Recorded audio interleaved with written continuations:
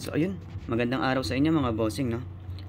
Tutorial po ito kung paano magpalit ng team sa Wi-Fi 5 gamit yung team na ginawa ko para dito.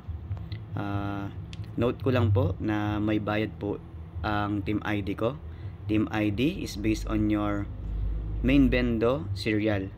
So meaning, one team, one bendo. So ayun. First of all, kailangan po natin i-download itong mga files na to. Itong files na to or yung link ng file ko is nakasama na sa post ko sa Wi-Fi 5 group or sa YouTube ko na nakalagay na sa description. So need nyo lang po i-download nyan. Then to avail team ID, PM nyo lang po ako sa akin Facebook. Yan. So ang pag-download po dito is pa isa-isa. Okay, sorry. Ang pag-download dito is pa isa-isa po. So pwede nyo naman i-download na sabay-sabay if naka-premium account kayo kay Mediafire. So since di ako naka-premium, free lang, kaya pa isa-isa yung download. Don't worry, maliit lang po yung files na yan. So mabilis lang ang pag-download. Then since na-download ko yan, skip tayo.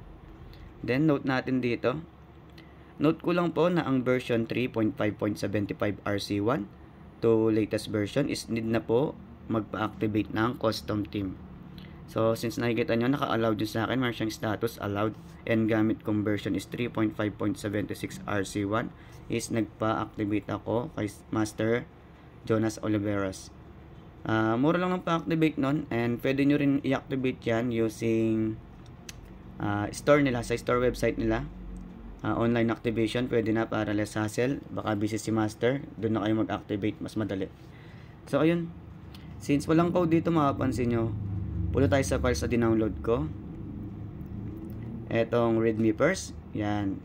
Kaya nga readme first. So siya yung first step natin. Open nyo siya kung saan nyo gusto nyo open. So prepare ko dito sa Google Chrome.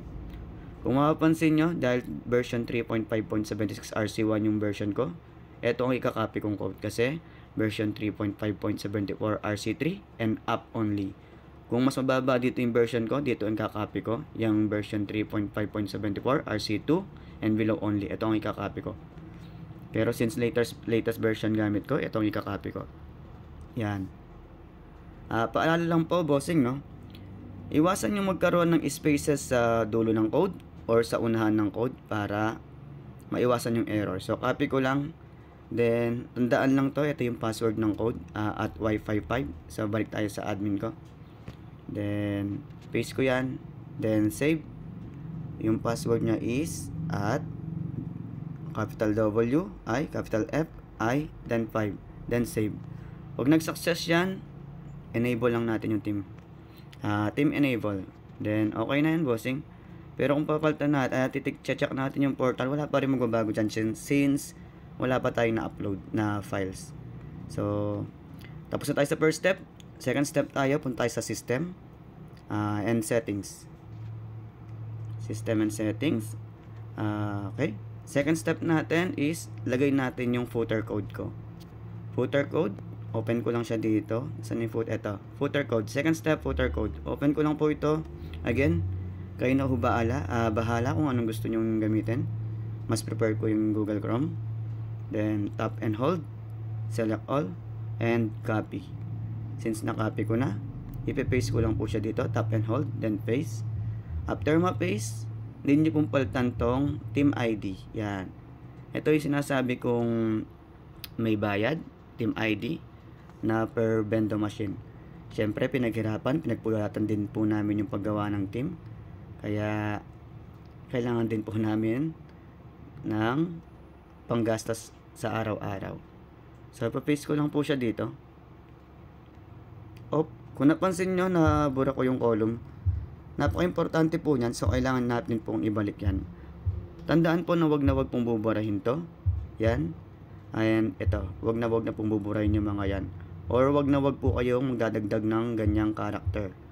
Yan. Para hindi po mag-error yung footer code at gumana ng maayos yung team nyo. Then, save ko lang po. Yan. After ma-save, check natin yung portal kung may nagbago ba. Ayan. May nagbago. Nandito na.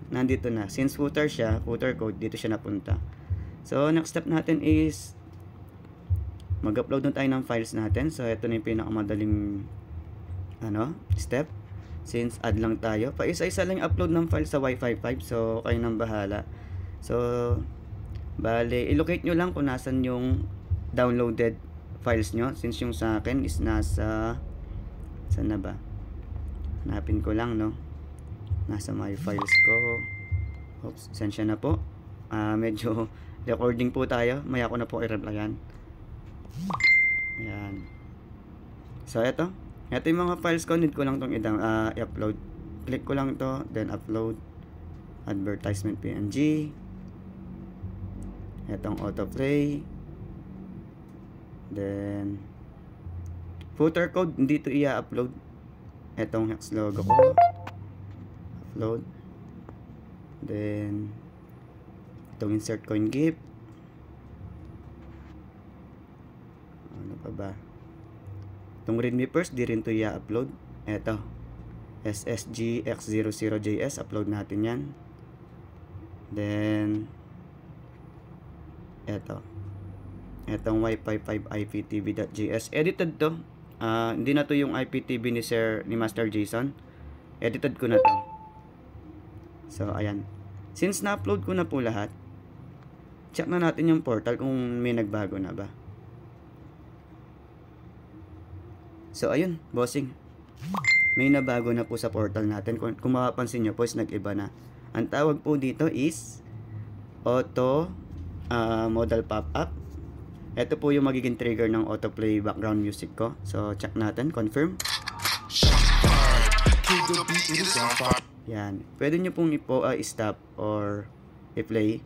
Then pag refresh, lilitaw pa rin yan. So on and so forth. Natapos na po natin yung ganun lang po kasimple pagpalit ng step. So yan, simple theme, modern theme. Then kung mag-upload naman po pala kayo ng IPTV nyo, kung meron kayong IPTV ni Master Jason, so balik tayo sa files. Ito yung files, ito yung IPTV ni Master Jason. Since yung IPTV gamit ko naman is yung kay Master Christian Joy Mendoza, na which is paid version. Download nyo lang din po ito. Yan. Kung mapapansin nyo, iba na yung file name. Sensya na po, bossing, no? Medyo may ginagawa lang tayo. Maya ko po i-replyan. Wi-Fi 5 TV na po siya, hindi na po siya IPTV. Download lang po yan, bossing. Then yan na din po yung i-upload natin. Feeling ko na download na din naman yan. Add natin siya. Nasa download. Ito po, Wi-Fi 5 IPTV, then upload. Since naka-upload na, refresh. So ayun, hindi pa rin siya lumilitaw, so kailangan lang natin siyang palitan ng true dito sa footer settings ko. Ito siya. Enable IPTV on top, Sir Jason or Sir Christian. Palitan lang po natin to ng true. Save ko lang, then refresh, confirm. So ayun, stop music, then play IPTV. So ayun, bossing, ganun lang po kadali. So para sa mga settings information sa pag-edit ng portal, kung gusto nyo maging transparent or mag-add ng mga background images, i-download nyo din po itong files na to na nasa file link ko, itong teameditguide.pdf. Since downloaded ko na po yan, open natin siya. PDF files po yan, kayo na bahala. Then basahin nyo lang po yan for more info ng aking team sa Wi-Fi 5. So yun, bossing, medyo napahaba yung video natin. Maraming salamat po and have a blessed day. Salamat po.